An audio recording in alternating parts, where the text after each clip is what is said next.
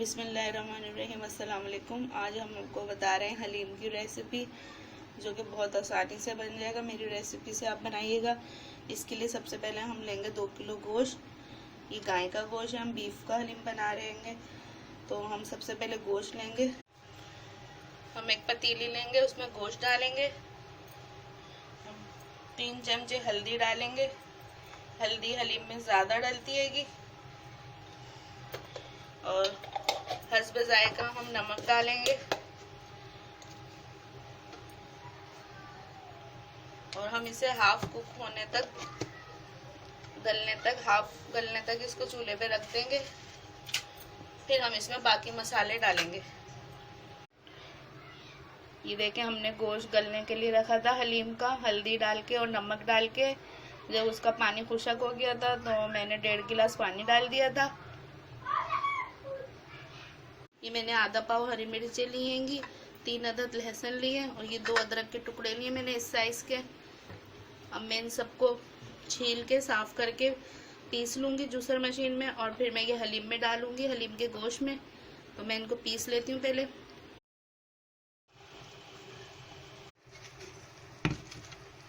ये लहसुन अदरक का पेस्ट हमने पीस लिया हैगा, और हरी मिर्चें भी पीस ली हैं, ये भी हमने गोश्त में डाल दी। ये देखिए, हमारा हलीम का गोश्त अब गलने वाला है। ये तकरीबन आधा से ज़्यादा गल चुका है।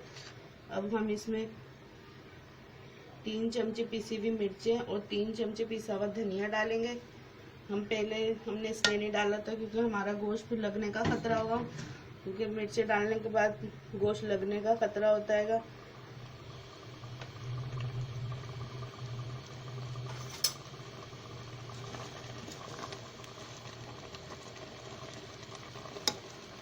मैंने 3 पाव चने की दाल ली है और आधा किलो इसमें गेहूँ लिया हैगा, और इनको मैंने 2 घंटे के लिए भिगो दिया था।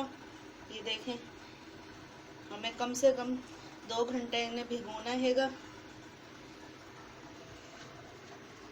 और ये आधा किलो मैंने 3 दालों को मिक्स करवाया हैगा। इसमें माश की दाल हैगी, और मूंग की दाल है, मसूर की दाल है, और मैंने 1 मुट्ठी इसमें चावल डाल के इनको भी भिगोने के लिए रख दिया था।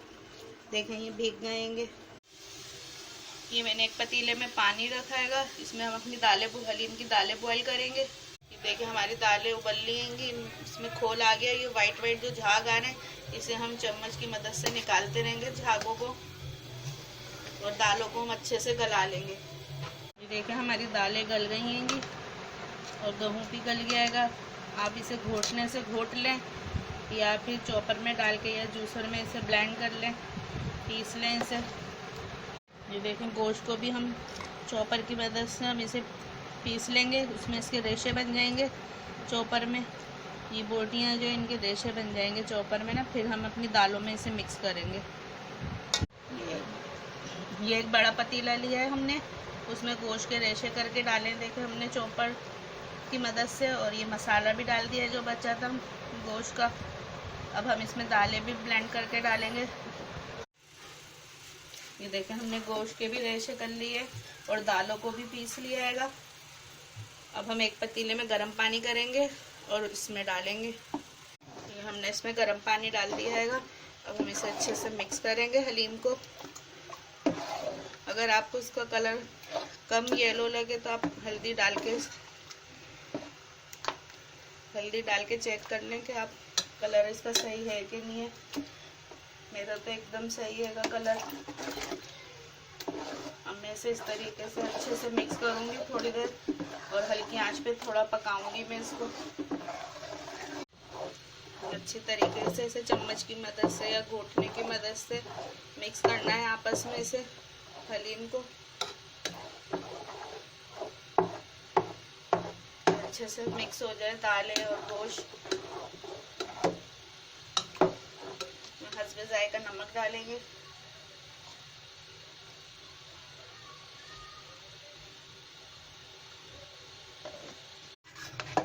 हलीम में चम्मच चलाती रहना है हमें कि हलीम लग ना जाए।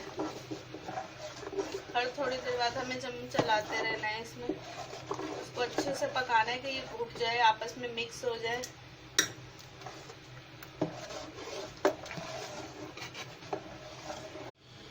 एक कढ़ाई में हम 3 पाव के करीब घी लेंगे, उसमें हम प्याज भी तल लेंगे, अपने प्याज भी गोल्डन फ्राई करेंगे और उसी से हम तड़का लगाएंगे हलीम का। ये मैंने 4 बड़ी प्याज काट के रखी थी बारीक। ये देखिए हमारे प्याज गोल्डन फ्राई हो गए। अब हम इसे निकाल लेंगे ऑयल में से। तेज पत्ते डालेंगे हम धो के, अच्छे से धो के हम इसमें डालेंगे तेज पत्ते। हमारा हलीम अच्छे से पक गया है, घुट गया है आपस में। अब हम इसमें पुदीना डालेंगे, 1 गड्डी हरा धनिया और 1 गड्डी पुदीना डालेंगे हम इसमें।